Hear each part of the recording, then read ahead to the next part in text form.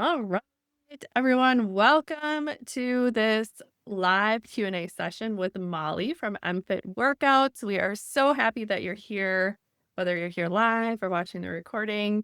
Welcome.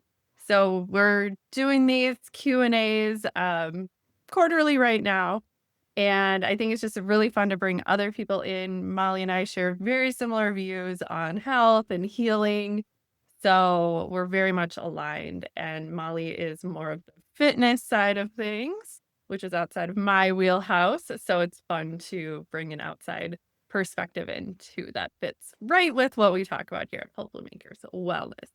So how tonight's going to go, it's very informal. We're just going to be chatting like this. So anyone who's here live, if you have a question, pop it in the chat at any point, and then I'll ask Molly when we get to that point. And I'll have Molly just introduce herself a little bit, and then we'll jump right in, and I'll ask her all of the wonderful questions that you guys sent in. All right, Molly, welcome.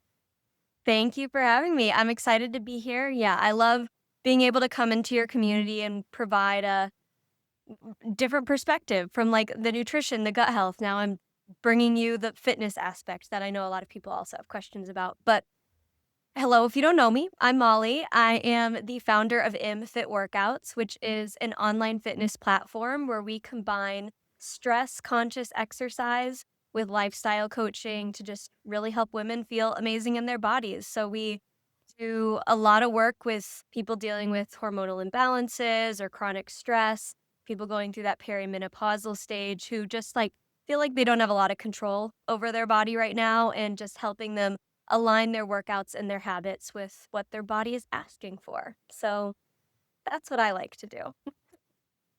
Yeah, I love it. And I love that you're kind of focusing on that perimenopause area or time because that's so, no one talks about it.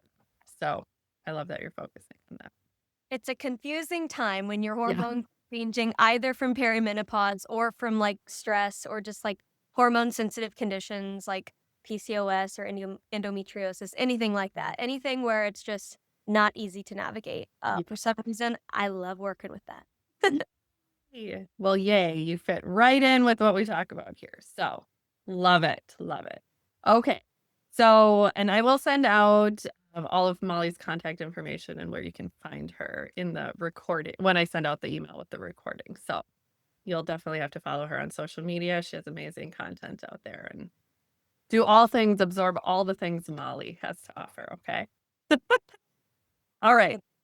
Yay. So let's dig in. Are you ready, Molly? These are some good ones.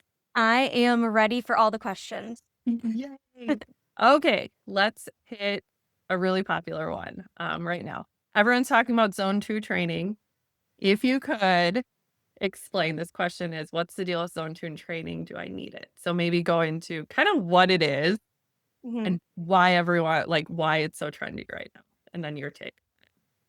Yeah, it's funny. When you sent me this question, it kind of made me laugh a little bit because I've noticed this really big trend on social media and in like the fit spo world where people are just giving really fancy terms to things that honestly don't need fancy terms, if I'm being honest.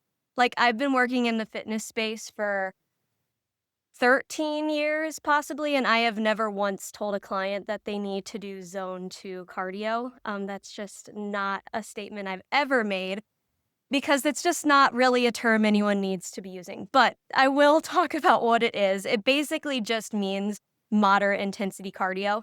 Like, essentially, it's working at 40 to 60% of your body's max, like, heart rate is basically what it means. Um, but I think if you're concerned about doing zone 2 cardio, I encourage you to, like, you may track your heart rate, you may not. I think most people probably don't. So what I encourage people to do is do something called the talk test. When you're doing cardio training, try to speak in a full sentence. And if you can speak in a full sentence before stopping to take a breath, but you do need to stop and take a breath after that sentence, that probably means that you're in that zone 2 cardio range.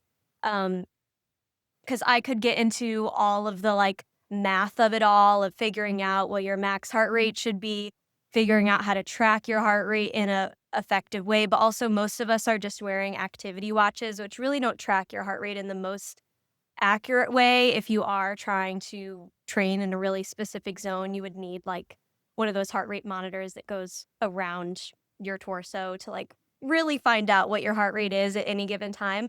So I would encourage most people to just use the talk test.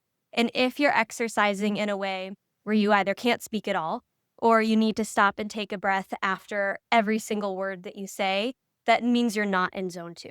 That means that you are probably in zone 3 cardio, you're working at a higher intensity. But if you're able to, this is actually the sentence I have my clients say. I'm like, if you can say the word, Molly, I'm tired, without taking a breath, but then you have to take a breath after, that probably means that you're in that zone 2 cardio range. But the reason I think it's really popular right now is for a good reason. And it's because people are starting to respect that moderate intensity workout range, which is like really important for people, especially if you are dealing with hormonal imbalances, especially if you are someone that is in perimenopause, then you do want to be training in that zone 2 cardio range. And this can be things like going for a hike, going for an easy bike ride, doing some aerobics, or even like within your strength training workouts, doing like interval training that gets your heart rate up some. But it is talked about now for good reason, and it's because people are starting to understand that they need to be doing some moderate intensity exercise and not pushing always to the max. But it's just funny to me that we're calling it zone 2 cardio because, yeah, when I did, like, all of my courses on fitness training, being a trainer and being a coach, I learned about zone 2 cardio, but I would never use that term with a client. Um, but it is amazing, again, for anyone who is dealing with any sort of hormonal sensitive situations. But also, I want to point out that you can also overdo zone 2 cardio. So it's really popular and a lot of people are talking about it, but that doesn't mean you need to be doing zone 2 cardio every single day. And if you have hormonal imbalances, or again, if you're in that perimenopausal stage, then you don't want to be doing cardio every single day. That's going to stress out your body more than necessary, even though it is more of a moderate intensity form of cardio. Does that answer that question? Yes. I love that, and yeah, I mean, with so many things that are going around right now with health, we put these fancy terms on it, and it's nothing new, right? Like, they've Yep. been saying that forever, but for some reason, it's really trendy right now. And I agree, I think compared to the big push we had with HIIT, I a year ago even, I feel like Mhm. I I don't know, maybe your thoughts on that, like, how does HIIT compare to zone 2 training? Like, Yeah. for women this age? For women of this age, HIIT is really not going to be the best strategy because HIIT, like, your body perceives that as a big stressor. And since your body is already going through some stress and going through some changes, you don't need to throw something on top of it that's gonna stress it out more. So I do love that we are leaning more to a low to moderate intensity cardio range and getting away from just talking about doing HIIT as much as possible to burn extra fat because, like, the thing that people often overlook is with high intensity training, while it is supposed to burn more calories and like burn more body fat, it's also stressing your body out more. And when your body is stressed, it also holds on to body fat and it slows down your metabolism. So even if that workout is supposed to be burning lots of calories and burning lots of fat, your body's actively working against that because you're stressed. And this is specifically true for women in that perimenopausal stage, because your body is already going through changes. So it's already kind of towing the line of I'm stressed, I'm overwhelmed. So pushing it past that is just going to make it even harder for you to see results. So when we're comparing the two, zone 2 cardio is great. I also think people like don't underestimate like really low intensity cardio that you can easily speak through, like just going for walks. This is also really great for women in this age range. Yeah. Yeah, I that's a great answer, and I think it's so interesting that exercise is a form of stress, right?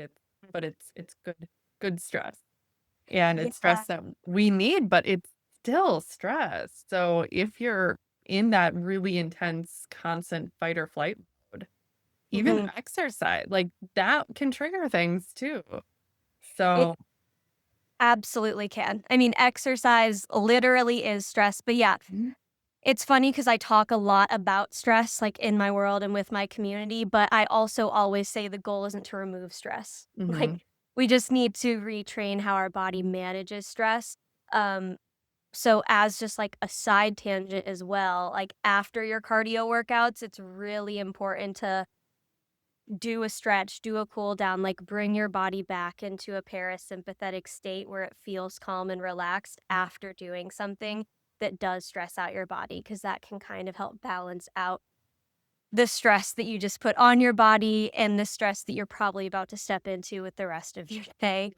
It just helps break it apart some. So, um, that's actually something I wish people talked about more is like, yeah, do some cardio, but then make sure you're unwinding afterwards so that your body does get a chance to feel peaceful.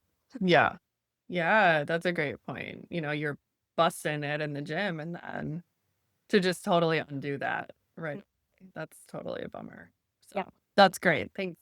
Thanks for clarifying on all of that. That's really great. Great answer. But Okay. yeah, to like, I'll just reiterate, like hearing all of the phrases is probably really confusing for Yeah. people. So Yeah. that's why I encourage things like the talk test, where it's like, Mhm. just talk during your workout. If you can't speak through it, it's probably too intense, to be honest, but it's more on the high intensity range. If you can speak in full sentences, but then you are stopping for a breath, that's probably more zone two. If you're able to speak easily, that's probably more zone one. So I feel like that's more digestible for most Mhm. people than to be like tracking their heart rate and like trying to figure out what zone they're in. Like that's kind of a lot of work and it doesn't have to be. Yeah. And I would assume that's probably more accurate even than like I have an Apple Watch. Like I've always wondered how is that? Because when I'm supposedly in zone 2, like, I'm huffing it pretty good, and it feels like this can't possibly be, what I'm supposed to sustain for an hour. That to me doesn't feel quite right. So, I Yeah, I come definitely on. more lean towards that, like, what's your perceived exhaustion Yeah. and what is your heart rate telling you? But yeah, with the heart rate thing, like, if you are trying to do the math and figure out what your max heart rate is, that's then you also relying on the fact that your scale is really accurate, that your heart rate monitor is really accurate, and both usually aren't completely, so then you're not knowing the exact range that you should be in. So that's why I definitely prefer to just have people examine how exhausted they feel. Yeah. And even the scale piece, right? People always ask me, like, I went to the doctor and they said I gained 5 pounds compared to yesterday when I weighed myself at home. Well, what scale's accurate, right? There's Mhm. so much. So I always tell people it's just consistently weigh yourself on the same scale. Yeah, Know that when you go to the doctor, you're either down 5 pounds or you're up five yeah, pounds. It's and just it. that works for the scale, like, because I say the same thing. I'm like, "You're just looking for how are you tracking, even if it's Yeah. not the right weight, how are you tracking?" Right. Things like trying to track your max heart rate and what your heart rate is, you kinda do need an accurate number if you are trying to Right. be in a really specific space, Yeah. and that's where it's like there's lots of inaccuracies, so that's why I don't usually tell my clients terms like, "Oh, yeah, you're gonna go for, like, 50% of your max heart rate here." It's like, what does that mean to people? It Yeah. it doesn't need to be that complex. Okay. So keep it simple. Can you talk? Can you say a sentence? Yes, Then you're probably in but zone 2 and forget about all the fancy names and just just move. Move your mm, body. exactly. Let's keep it super simple there. I Mhm. love that. But that is such a good explanation because I've heard people give crazy explanations for all of that. So that made sense. So thank you. Good. I'm glad. Again, I'm not gonna go sit here and be like, "Okay, so here's the equation that you're gonna do," because like, Yeah, why do this? right. We don't need it. No, it's just Mhm. confusing. It makes it Yeah, too complicated and you're not going to maybe do it. yeah, maybe a coach would want it behind the Right. scene. There's really no reason for you to need to be tracking in that way when you can just easily kind of just examine how exhausted you feel. Yeah. Love it. Love it. Okay, cool. Hopefully that made sense for everyone. Let us know in the chat if you have questions or need to follow up on that. Okay, the next question. I love this question.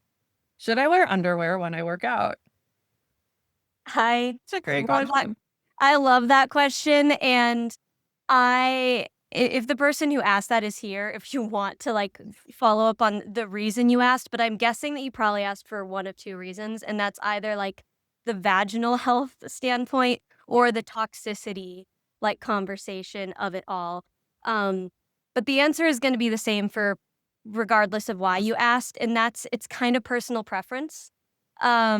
You can or you can't, but what you do wanna focus on is the fabrics that are close to that area. So that's what you're gonna wanna be more concerned about.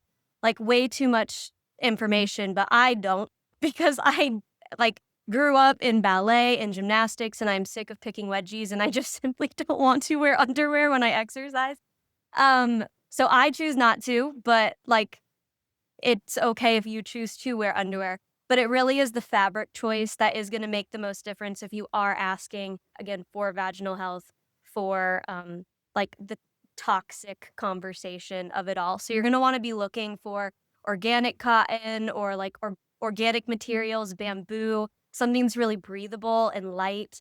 Like, those fabrics are gonna be important to wear. So if you have fitness attire that's maybe like heavily polyester, heavily spandex, then maybe it would be good for you to wear a 100% cotton underwear that's more breathable underneath that. That may be good just for your vaginal health to do so that you're not, sweating and all of that stuff on a fabric that is less healthy for you down there.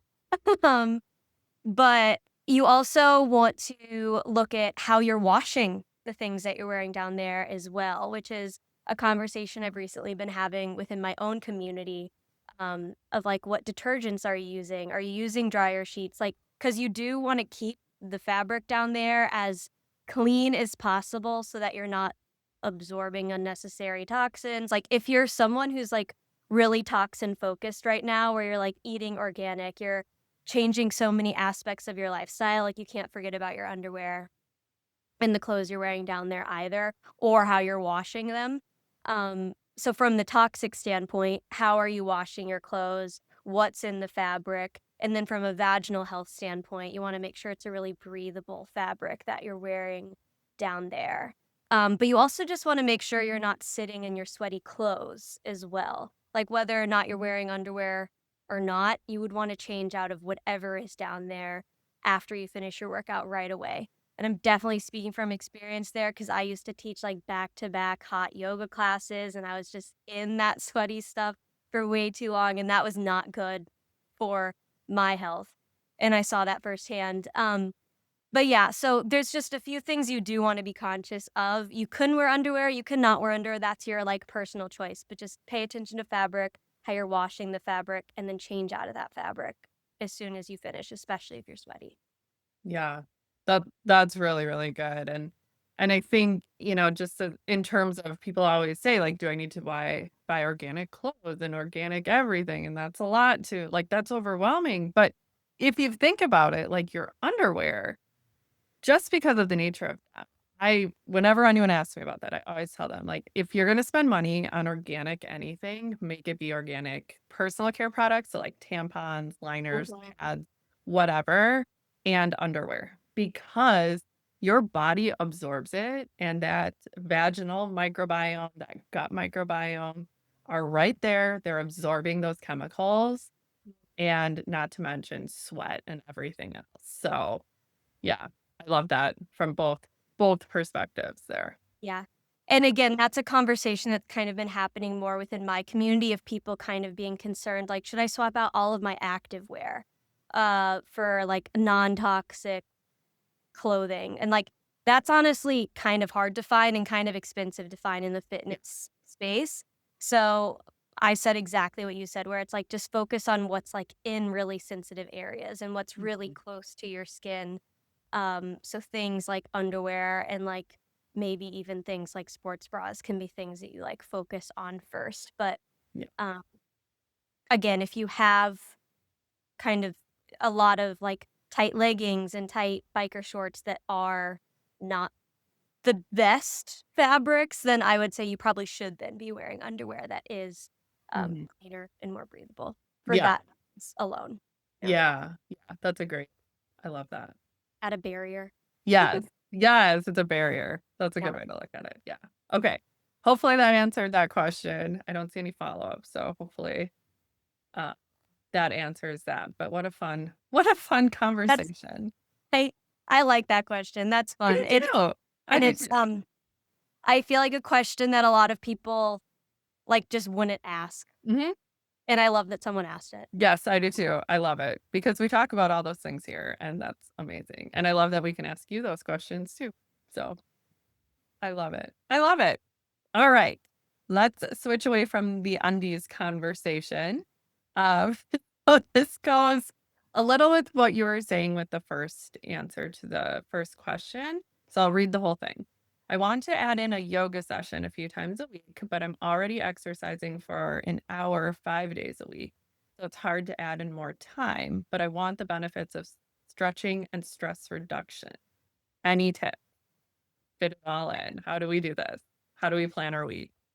I have a lot of answers to this, so it's gonna be another like choose your own adventure Yeah. type situation. But first I would ask, like, I don't know if so an hour 5 days a week is a lot. And honestly, maybe not necessary. If you're enjoying that and your body feels great with that, um, have at it, but that's probably more designated exercise time than you need already. But as far as adding more into that, I would say, what type of yoga are you looking at doing? Is it just like a yin yoga where it's really meditative, it's really slow, and it's just like stretching and that's it? Or is it something that's more like a power yoga where you may feel your muscles some? You're lowering through a chaturanga, you're feeling your triceps, you're maybe sweating a little bit, your core is kind of tired. Basically, is it a yoga where you feel work happening? Then I would say that's probably a workout that you would want to swap out with something you're already doing. And I think a lot of people get kind of stuck in their routine, and I've been guilty of this in the past, but they get stuck with their routine and they're not willing to shuffle things around or play. But if you are trying to introduce like some yoga classes, like you really want to get into a class and you want to do a class for an hour, I would say you could absolutely swap out one or two of your 1 hour workouts right now with a yoga class. You could also have a week where you do your normal schedule. Next week, you swap out one of those for a yoga class. Like you can play, you can shuffle things around. It doesn't have to be like, I always do these 5 hour long workouts and I just need to add more to this, or like there's no other option. There are other options. So you could swap out some of your workouts for yoga classes. And honestly, like, I know your community is mostly women, and again, we're talking about, like, some people who may have hormonal stuff, who may have gut stuff, who may, like, be in that perimenopausal age range, and honestly, for those women, you're gonna see so many benefits from cross-training. Like, if you are mainly just doing 5 strength workouts or 5 cardio workouts, if you start to blend strength and cardio and yoga and Pilates style stuff, your body's really probably gonna love that. So if you do swap out some of your workouts, you'll probably only have more benefits. So option 1, you could swap out some of those sessions for yoga class. Option 2, and this is actually what I do with my workouts, is I blend a lot of styles in all of my classes. So even in my strength workouts, we do lots of mobility, we do lots of stretching, and we always end in a shavasana like you would in a yoga class where you're kind of entering that meditative state. Even in my cardio classes, again, there's still stretching involved, there's still strength involved, there's still ending in that meditative state. So you could start to fuse elements of yoga into the workouts you're already doing. So you can kind of do a little hybrid thing where you're not necessarily changing out your workouts for yoga, but you're just introducing yoga elements to your current workouts. Or, third option, this will probably be the final option. If you are just wanting to go to yoga for the stretching aspect and for the stress relief aspects, then why not just have like a 5 to 10 minute stretch routine that you do most days?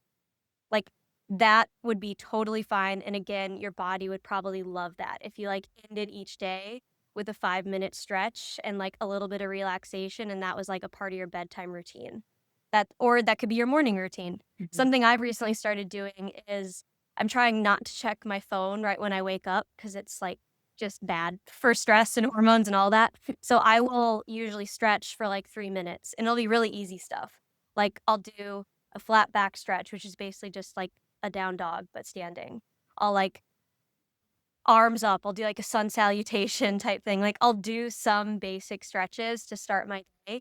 And again, maybe you could look at introducing yoga into your life in that way, where it's just you infuse different stretches into your day, you infuse different breathing techniques into your day so that you're kind of just doing elements of yoga all day long instead of including like a specific yoga session. So it kind of depends what you're looking for from that yoga, right? Like if you're wanting to go to a class, then I would really encourage you to swap out some of your current workouts for yoga classes. And that doesn't have to be every week. That could be every other week. It could just be one of the five. You can get creative with it. But if it were me, I would probably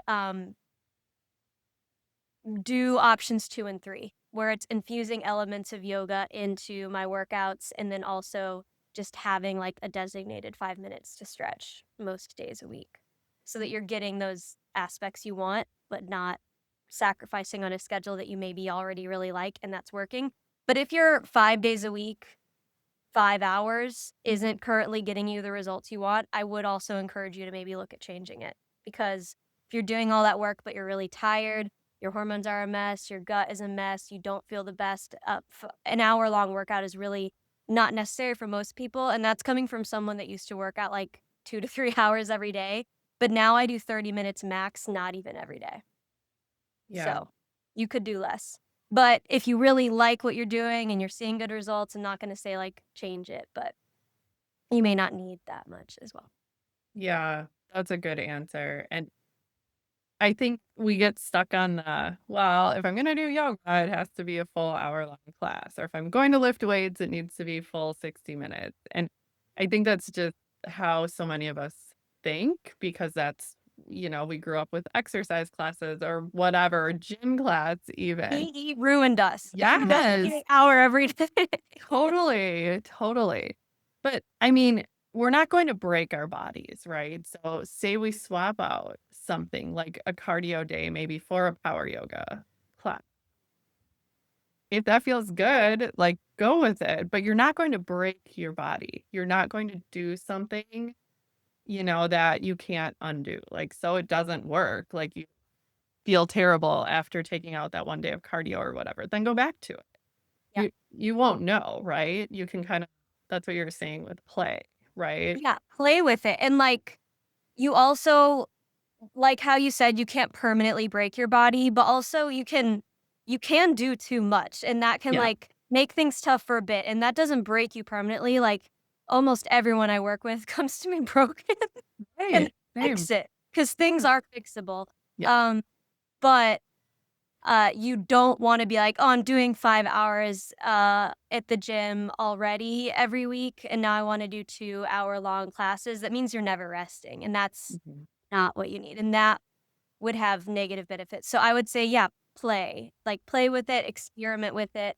Don't be, so, like, strict and rigid with your schedule and with your routine, like, mix things in. You can mix in a yoga class and get rid of one of the other workouts, like, you can play around, and if you are again, more information could give me, like I could give you a more specific answer, but if you are I'll give, like, a couple of examples. If you are someone who's, like, following a really specific gym split, and you're like, "Oh, I do shoulders on this day, I do legs on this day, I do, like, chest and triceps on this day." If it's really split that way and you have it 5 ways even, there's a really easy way to condense that into 3. Yeah, for sure, for sure. There's a really easy way to condense, like, a body part specific into 3 days. So you could probably blend some things if you're doing that, or if you're just kind of addicted to your 5 days of cardio, or a hybrid of all of that, swap some things out, see how it feels. Yeah. So what I'm hearing is You need to find something that works for you and that you enjoy. Because if Yes. you feel awful after your workouts, either you're working out too much, you're not doing the right stuff, or something else is going on. That's a red flag. You should feel better. You should feel tired, if you just worked out, but you shouldn't feel like you need a nap, right? Yeah. No, I always say, like, I do some live, like, Zoom classes, and at the start of every class, I always go, "How are we feeling?" And people are usually like, "I'm kinda tired," 'cause, like, Yeah. not. And then Yeah. we finish, and I say, "How do we feel now?" And everyone always says, "Oh, I feel better. I feel more energized. I feel awake." And that's how you should feel. If you're not feeling more energized and better after your workouts, then something's probably off. And if you've been following, like, a 5 days a week, hour-long workouts for many months or even many years, and you're feeling tired and your body's not changing and you're feeling not the best, then that already tells me that schedule's not working. So it's only gonna benefit you from switching some things out. And yoga could be really beneficial for you because if your body's kind of holding on to fat and not changing, it could be that it's stressed. So then doing some stress relieving yoga is gonna only help you. So actually removing one workout may be exactly what your body needs. Like Yeah. swapping it out for some relaxation may be exactly what you need to start progressing. So play and experiment, especially if you're feeling stuck. Then that means change something. Do something different. Yeah, And then loving leave. lovingly, it's not working then. Yes. Change something. Well, and because I talk a lot about food, right? A lot of people come to me who think that they're eating really healthy, yet they feel terrible. Like the salad that they have for lunch every day makes them feel terrible, but it's healthy. Okay, same thing with exercise, right? If you're still doing your workout and you feel terrible, that means the salad or your workout isn't working for you right now. So we need to do something different. Don't Yeah, stop making yourself miserable with exercise or salads. or salad. And I also I'm just remembering you said something before that I wanted to speak on where you said we all kind of think we need an hour at the gym, an hour of yoga. That is something we kind of get stuck in, or it's like even with meditation. People are like, "Oh, I need to do like a 30-minute meditation." But with all of that, like you could have a 5-minute yoga practice. You could have a 30-second meditation by just closing your eyes and taking 3 deep breaths. Like it doesn't have to be the full big thing. So kind of giving yourself permission to take what you wanna do, but shrink it is also totally allowed. Like I said before, if you simply want to do yoga because you wanna stretch more and you wanna feel less stressed, then it would probably actually be even more beneficial for you just to have, like, deep breathing exercises you do, like, between meals, a stretch you do in the morning, a couple stretches you do at night, and, like, to spread it out throughout your day so it can balance out what may be stressful days for you. I love that. And it goes back to you've said it before when we talk, right? 5 minutes is better than no minute. Yes, But then it's also maybe 10 minutes is better than 20 minutes, if exactly. that's how you're feeling. So listen to your body. Yeah. Yeah. So, it's also, like, for the person who asked this question, like, getting down to the why. The Mhm. why am I working out 5 days a week? Am I seeing Yeah. results? Why do I wanna do yoga? What's my goal from Yeah. it? Yeah. And then, like, taking those answers and then piecing them together into a routine that may look a little different, but may fit with more what you're after. Yeah. I love that. I love that. Okay, I'm going to ask this other question because I think it ties perfectly into what you said. Mhm. So, this is more how do I balance exercise with life? So, this specific, I'll just read it all the way through. I do a lot of physical things during the summer, like biking, bike rides, lawn work, hiking, some home improvement projects, especially on the weekends, that I don't technically count as exercise, but they leave me sore and too tired to exercise. My body needs rest, but I'm not sure how to fit everything in so I still see results with building muscle. Okay. So first of all, if you're feeling sore and tired from your activities, they do count as exercise. Like, Okay. for first and foremost, I would say that. However, the distinction is that usually targeted exercise or like targeted self care is self-care, right? Where you're kind of taking a break from being worried about something or taking a break from whatever jobs you're doing or like your family or like whatever you need a break from. Like targeted self-care like that allows you that mental break. So it's very possible that all these chores that you're doing like are stressing out your mind, so you're not getting that like private time, that self-care time. So what you're doing is training your muscles if you're feeling sore from it. Like that's just like when I'm talking about people with their workouts and like if you don't feel your muscles, you're not working your muscles. But the opposite is true. If you're feeling your muscles even from something that you don't deem as a proper workout, like I think I said that sentence wrong. If you're feeling your muscles from something that's not a workout, it's still a workout because you're feeling your muscles. Because the point is, you feel your muscles, that's a workout.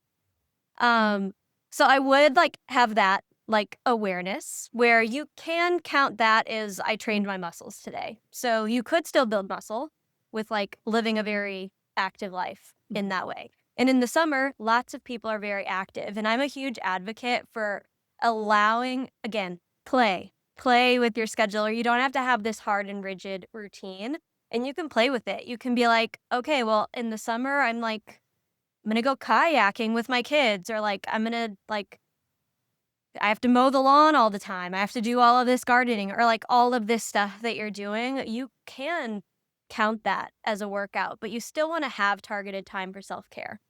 So, how to balance it, I would say, is really take advantage of that 5, 10, 15-minute marker of stuff. And if you feel like you're not training your muscles evenly with your activities, you could just do like a 10-minute booty workout, like something that's just really targeted there. You're still doing something that's properly structured as a workout so you feel accomplished, but you're not having to go to the gym for an hour 5 days a week so you don't have time for that. And you don't need to do that anyway. I will reiterate. Um, okay, I'm kind of rambling here, but the point is if you feel your muscles, that means your muscles are getting worked. So your muscles do need rest. Like you should count that as strenuous activity. So maybe you pair that with structured stretch routines, structured mobility, or if some muscle feels left out, maybe you do like a 10 to 15-minute thing, just target on that. And you focus on shorter workouts, you focus on smaller pockets of self care that can balance out kind of all of the activity that you're doing. Yeah, I love that. Does that make sense? Yes. Yeah, I think it comes back to we have this idea of what working out is supposed to be, Yeah. right? And And again, there is that like difference between because maybe, and I don't know if any of your community falls into this because this is, a small majority of people in the world, but maybe your job is physical labor and you right. are always working and you're always moving your body and you have a very, very active life, but you still do need like some structure of self care and some mobility and some exercise as well. So that's not me saying like, if you're active, you never need to exercise because it is still Mhm. helpful to have those pockets of really targeted self care. But that's where I'm saying, like, play. If you're in a season where you're like, in summers, I am incredibly active, I'm far more active than I am any other time, then maybe those targeted times are shorter and maybe they're just more focused on stretching and mobility if your body is feeling all over very sore from your activities. Um, so just kind of reimagining what your workouts can look like in the summer can be really helpful. And same, I would say the exact same in the winter. If it's like, oh, I never go outside, I'm very inactive, then you do need to find a way to hack that with your Mhm. winter workouts too. So it's finding what you need for each season. And for the summer season, maybe it's you don't need as long of workouts. You don't need as much strength workouts because your muscles are already really pooped from whatever you're doing. Maybe you need more stretching and more mobility and maybe more core and like more balance. Maybe you're focusing on other things in your workouts and definitely make them shorter if you feel like you don't have time for them. Yeah. Yeah. And I would you agree that exercise shouldn't really add stress to your life or your healthy routines, right? Yes. No, I always like to say this, where a lot of people are trying to fit fitness into their life, but it should Mm. just fit seamlessly into your life. It shouldn't be something you're always trying to keep up with. So if right now it's feeling like that, then I would reimagine what it has to look like so that it can just kind of make sense with your life. Mhm. But yes, it shouldn't be stressing you out to figure out, okay, my day is so busy. How in the world am I going to figure out how to exercise for an hour? I would think, how in the world can I figure out how to do 3 minutes of something? And it's very easy to figure out how to do 3 minutes of something because I guarantee you're scrolling Instagram for 3 minutes every. Right? So don't even lie to yourself. Mhm. Uh, so it's figuring out that where can you make it fit in a bit better? And in the summer season, maybe it doesn't need to have as big of a time slot in your day today. I also say the same, like, I see lots of people in the fitness space and even just in the health coaching space as a whole, like talking about what you should do on vacation. And some people are like, oh, you need to exercise on vacation. And I recently went to England and I was walking like 20 to Mhm. 25,000 steps a day. I didn't work out once. Well, that's a lie. I did one beach run and I hate running. So, but I was on a beach. It felt like I needed to. And I wanted to. But I mostly didn't exercise at all because I was so active. And like I know that's talking about a vacation and like that's an isolated time, but you can also look at that like with your summer season. If you're like, I'm incredibly active right now, I'm already tired from my activities. If your muscles are tired, then that means your muscles are getting worked. I would again focus on those shorter things, make it work with your life. If you're just tired energy wise, though, I do want to touch on that as well, though. If you're not necessarily sore, but you're just really tired, then I would say it would be important, especially for you to have pockets of self care because you may be exerting more energy than you're giving back to yourself. So, like having some time where you do some light stretching, some light mobility, some deep breathing that could help make you feel more energized. So it's also like knowing the difference between that. Like if your energy is drained or if your muscles are tired. Like, Yeah. yeah, That's a good distinction too, and again, like, self-care, when you're talking about self-care, it doesn't necessarily mean a bubble bath or reading a novel for an hour. It yeah, could be you walk the dog around the block or you play outside with the kids. Whatever is bringing you joy, yeah, that's really what self-care is, yeah. and And even really small things. Sorry, I didn't mean to yeah, interrupt you. no, no, Even smaller things like wake up, go outside, sunlight yes, on your face, or like to get off of this Zoom call and instead of just hopping into whatever's next for you, you just like exist for a moment and breathe for 30 mhm, seconds. Like it can be really small. But self-care also like a lot of what I talk about in my um business is like regulating your nervous system. So that can be like 30-second things of just like calm. Can also be self-care. It doesn't have to be traditional self-care. and I'm just going to say that the lie that scrolling through Instagram is self-care is not true because I'm sorry, but you get so jacked up on comparing yourself and whatever sets you off that you're seeing while you're scrolling. Do not fool yourself. That is not self-care. That is my soapbox that I'm on tonight.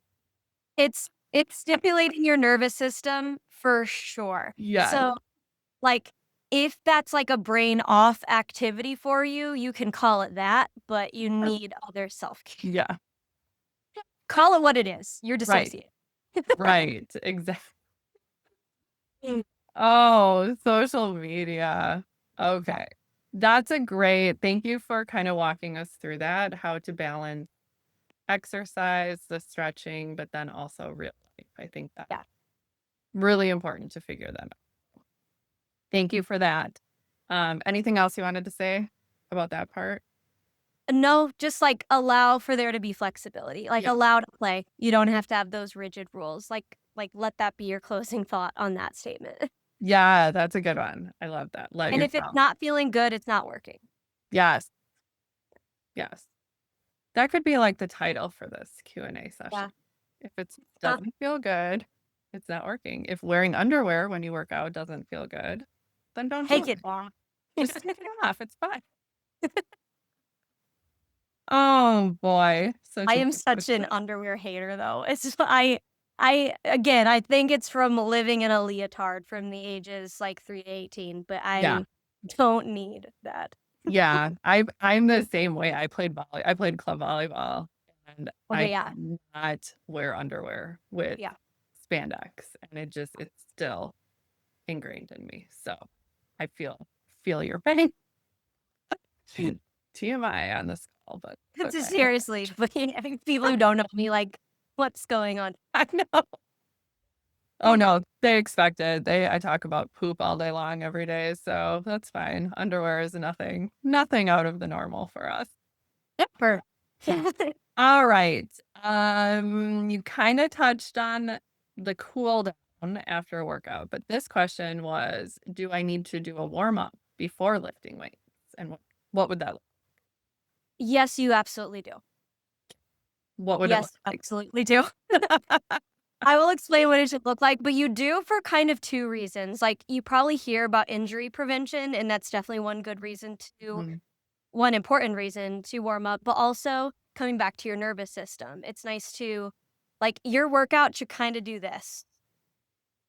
Like, it needs to build up, it needs to come down for your nervous system to feel safer in that workout. So, what I really pride myself on doing with the workouts that I design is I'm really nervous system conscious. So I know that every workout is stressful, but I try to make it as easy of a transition for your nervous system as possible. So your warm up can help you do that. So with your warm up, a lot of people will just like walk on a treadmill as their warm up, but that's not really the best warm up. So the best warm ups include a mix of active stretches, things that are slightly rising your heart rate, and maybe a couple static stretches, which isn't a very popular opinion.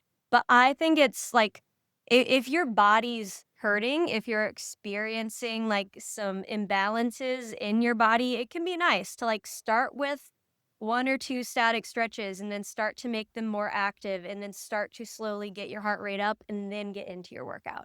Like that pattern is really, really good.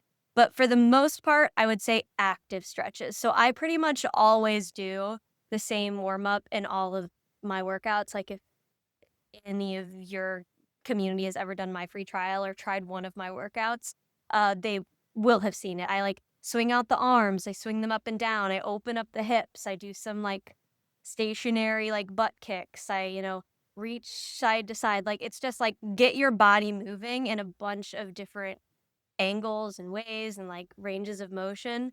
Um, and just keep your body moving and you'll slowly start to feel your heart rate increase. And that can take 2 minutes, it could take 5 minutes. It doesn't have to be a long time, but that warm up time is really important. But it's just like general movements, like kind of do what feels good. And also, I always use my warm up as like a bit of a test as well, where like an energy test. Because you may feel really tired and you need to work out to feel energized, or you may feel really tired because you need to sleep and you're tired. And your warm up can kind of reveal what you need. If you start to feel better and a little bit more awake throughout your warm up, then you're probably like good to push through the workout and like you'll feel better afterwards. If you're doing the warm up and you're like, I'm falling asleep, I feel horrible right now, maybe just doing the 3-minute warm up is enough for you. I do think that warm up time is a good test. It's good for injury prevention. It's good for your nervous system. It's good for so many reasons. So it's always necessary. If you are someone who's like lifting heavy weights, you may also wonder like warming up for certain lifts. That's also important. So if you are like at a gym, I don't know how many people in your community this really is, but like if you're doing squats on a squat rack, do some body weight squats. If you're going to do a heavy shoulder press, like why not just do this with your arms a couple Mhm. times? Like you can warm up the range of motion you're going to be working. That's one way you can like structure your warm up or just like generally just moving your body in a bunch of different ways. Yeah. So rolling out of bed and going and hitting the weights is not a great idea. Not a great idea. That's I know plenty of gym bros who just don't ever take my advice when I say that. I'm like, what do we do? And why don't you warm up a little bit?" And it's like, Yeah. I'm like, "One day you'll regret this." Or Yeah. I don't hate on anyone, but I'm also like, "Man, one day I hope you regret this so that you finally listen to me." But I don't wish pain on anyone. Yeah. But Yeah. warming up is really good. Mhm. And if you are trying to think of exercises to do, again, it could even just look like, what exercises are you about to be doing and how can you like slowly increase the range of motion in those exercises? I know that's like, it's tough to explain movement without showing movement. Like you Yeah. can see I'm like kind of wanting to move right now. But um yeah, just move your body. Active stretches are the best for a warm up, and slowly increasing the heart rate is the best for a warm up. Yeah. Okay. So don't just hop on a treadmill, do some stretching, some active stretching, or mimic what you're Or actually going to be doing. exactly. Okay. Like Perfect. And if you're trying to figure out active stretches, again, you could try one of my videos. You'll see my go-to warm-up guaranteed. Or you could Google active stretches, or again, just mimic some of the moves that you're gonna Mhm. do. Like start them smaller, or like find a squat, but then kind of shift side to side a little bit. Just like let your body move some, Yeah. um, and you should start to feel more loose, more awake throughout that warm-up. And then again, if you don't, then maybe that's a sign you either need a longer warm-up or you to change the agenda for Yeah. Or maybe you do a yoga session yeah, that day exactly. and call it good. Okay. Even do, like, a yoga-inspired warm-up as well, back to that person who's There you trying to do go. yoga. Yeah. That's when confuse things. You could, like, Yeah. do some sun salutations, like, find a warrior two, like, bend side to side with it, just, like, move Mhm. your body some within a yoga flow. That's also a really good way to do a warm-up, but warming up in some way is super important, even if you're, um, doing cardio.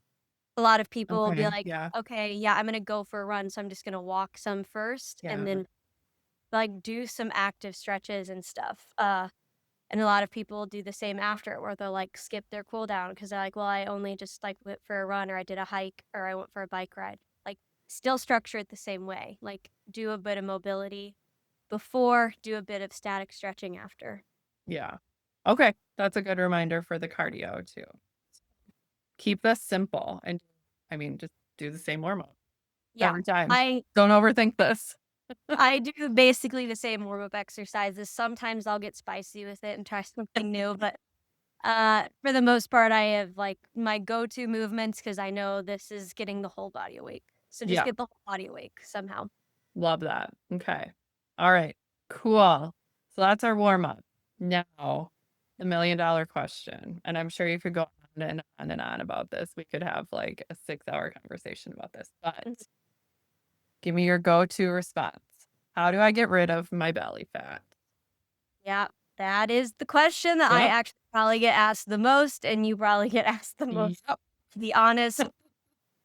And again, few avenues of an answer, but I will keep them as short as possible. The first is that most belly fat issues people are experiencing, like if you're struggling to lose your body fat, it's likely because of some stress, some blood sugar issues, some hormonal issues, like something deeper is going on. So you're going to want to investigate those things and figure out how to regulate those things. Like if it's a stress issue, figuring out how to regulate that stress. If it's a blood sugar issue, there are lots of things you can do to start supporting your blood sugar, like moving after meals lightly, like starting your meals with vegetables. Like there are lots of things that you can do to start supporting that. But finding out the root cause of the belly fat is a good thing to do, for one, if you are trying to lose it. And the second part of that answer is, very unfortunately, you can't spot reduce body fat. I wish we could. We just simply can't. So you can't be like, "Ah, man, I really hate the skin right here. Can I just get rid of it?"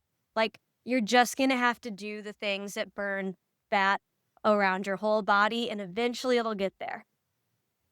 But also, unfortunately, usually the areas you hate the most are the areas that are the last to lose that body fat because they likely have a higher amount. of body fat in them.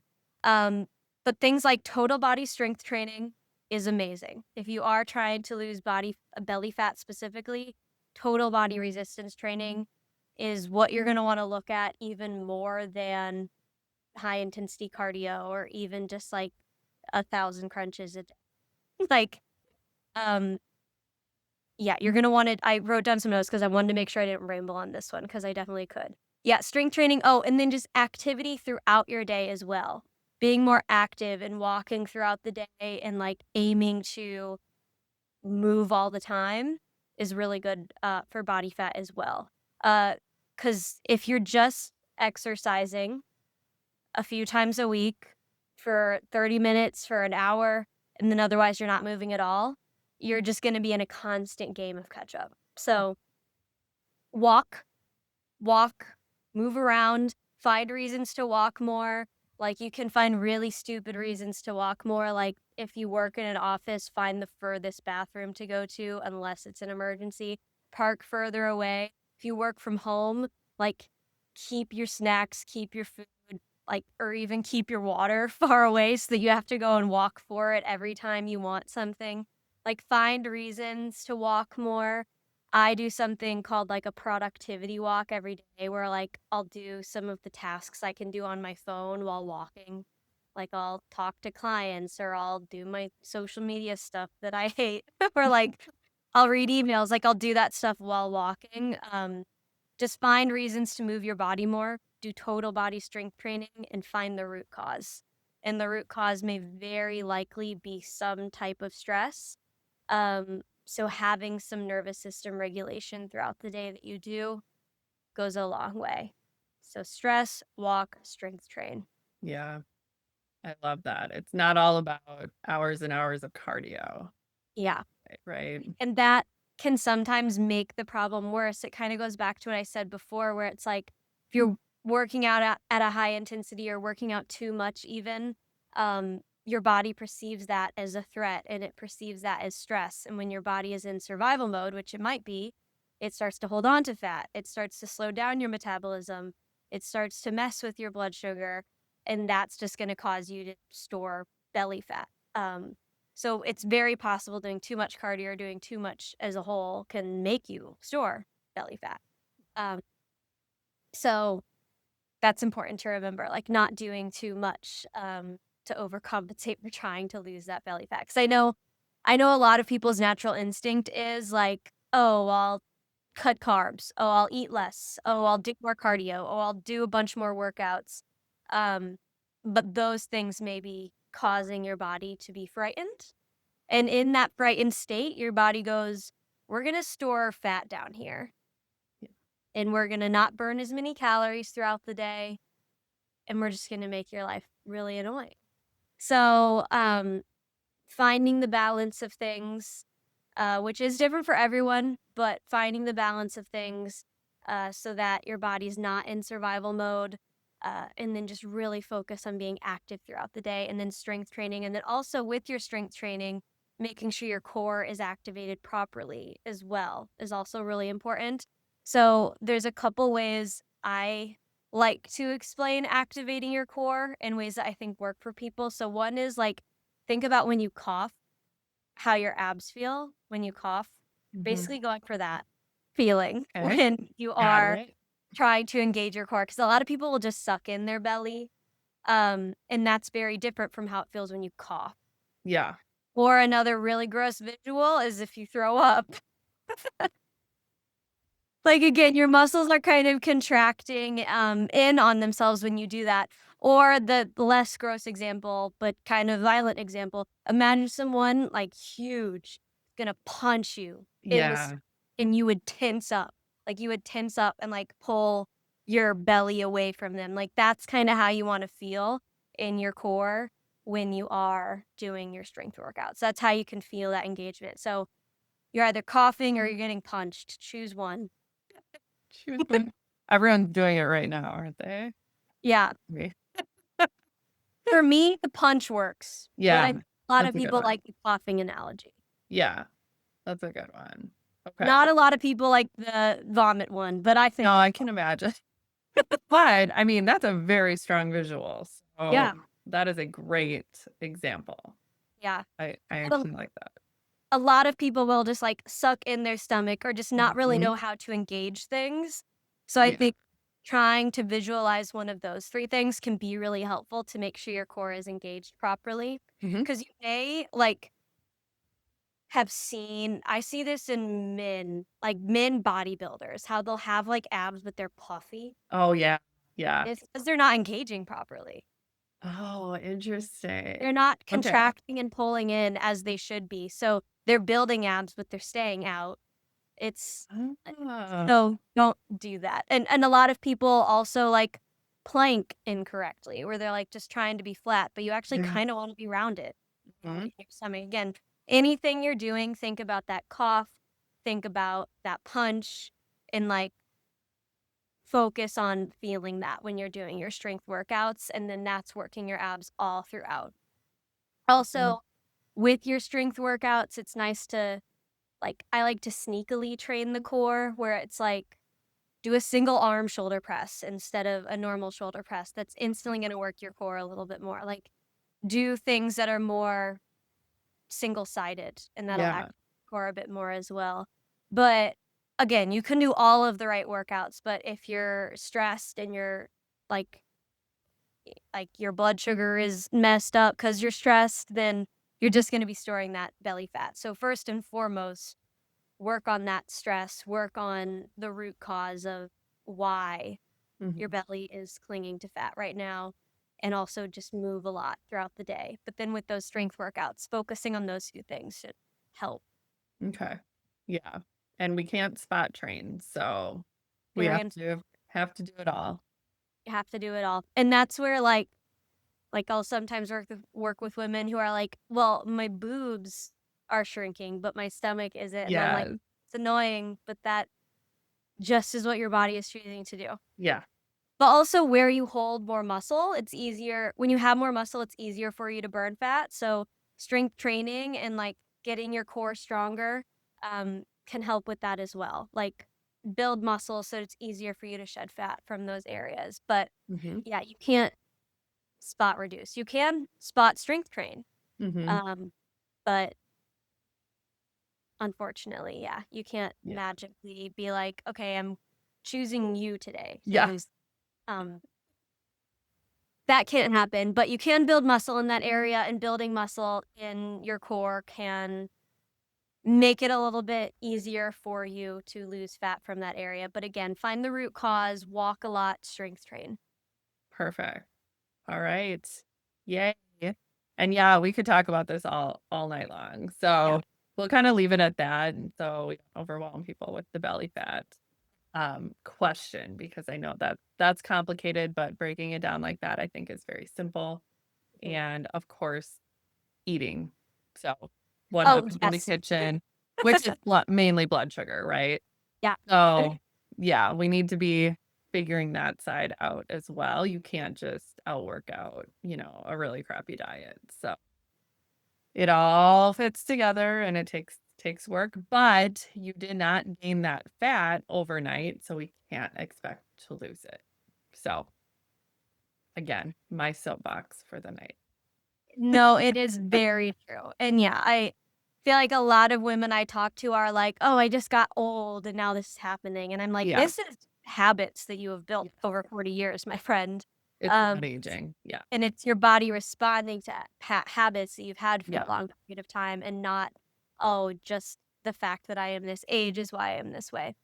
'Cause you see those, like, 80-year-old women who are running marathons and look ripped, and it's just, Right. like, sick, so it's Yeah. possible. It's not an age thing, it's a habit thing, Yeah. so it's a complex thing, but really don't overlook the finding the root cause Mhm. issue. Because you can eat really healthy, you can do all the right Yep. workouts. If you're not getting to the root cause of that belly fat, it's not gonna go away, so and that may be something that it's, like, you don't know for sure, so that's where it can be nice to, like, talk to Lindsay, talk to me, talk to someone, and try Yeah. to figure out what the root cause is so you can start to heal that, so Yeah. then it's easier for you to lose belly fat. Because I find a lot of people are not primed for fat loss, like, their body's not in a place where they can even. lose fat. So make sure that step one, you are. Right. Yeah, that's a great segue. So let's end that right there. And why don't you tell people how to work with you? Where can they find you? What can Yeah. you do for us? Yes. Well, I mean, I have lots of ways you can work with me, either like in a group or one on one setting. But the best place to go is just my website, which is my name, mollymcnamee.com. And a lot of my like freebies are mollymcnamee.com/links. So go there and you're going to see like you could book a free call with me, or you could join my free text group, which is really fun because I started to do this thing where every other week I open up the group for just people to ask questions and then I answer the questions. Like there's one day where I'm like, ask whatever you need, and then I answer those things. So that may be a really good place for you to join. And that's just a text group on WhatsApp. So it's literally just on your phone, like having a trainer in your back pocket, kind of. So you can get the link to that on the mollymcnamee.com/links. So if you want to join that group or if you want to chat with me one on one, you can find that stuff there. Perfect. And I'll include that with the replay when I send them. So you'll have all of that information. They'll know right where to find you. Yay. Yay. I Anything hope else? well, I'm good.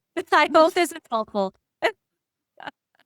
That was super helpful. So I think you had amazing answers to these questions. These are really fun questions. They And were. definitely reach out to Molly if you have specific questions, or if you're watching this recording, or if you're here live and you wanted to, expand on some of these questions that people ask. Uh, Reach out to Molly. She's great with answering questions. So you know where to find her. And yeah, say hi, show her some love on social media. Yes, on all of those too. All of those, all the things. Molly is everywhere. All of those too. But yeah, reach out if you are feeling kind of lonely in this journey. I've been there, so Same. I think we all have. yeah. You're not alone. Don't try to do this alone. That should be like the highlight. Don't try Yeah. to do this alone because bodies are really complicated and really confusing sometimes. So don't be afraid to ask for help. Yeah. Exactly. Exactly. So it's more fun too when you do it with someone, whether you're one-on-one with a coach or in a group setting, or just, like your free text group too. Yeah. Just something like that so that you have that community and have a place to ask questions. Because if you don't ask, you're never going to know.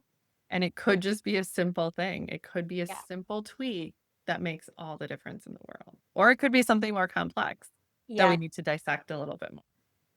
And Google is always gonna make the answer more complex than it needs to be. So that's where Yep. it's nice to speak to a human who can make it more simple for you, because the internet can be a dark place. Yes, Google rarely makes things better. WebMD never makes it better. So It scares me a lot. it does. Me too. Me too. So talk to a real human. That's what we're Yeah. here for. All right, Molly. Well, thank you so much for joining me. Thank you to everyone who joined us live and who's watching the recording.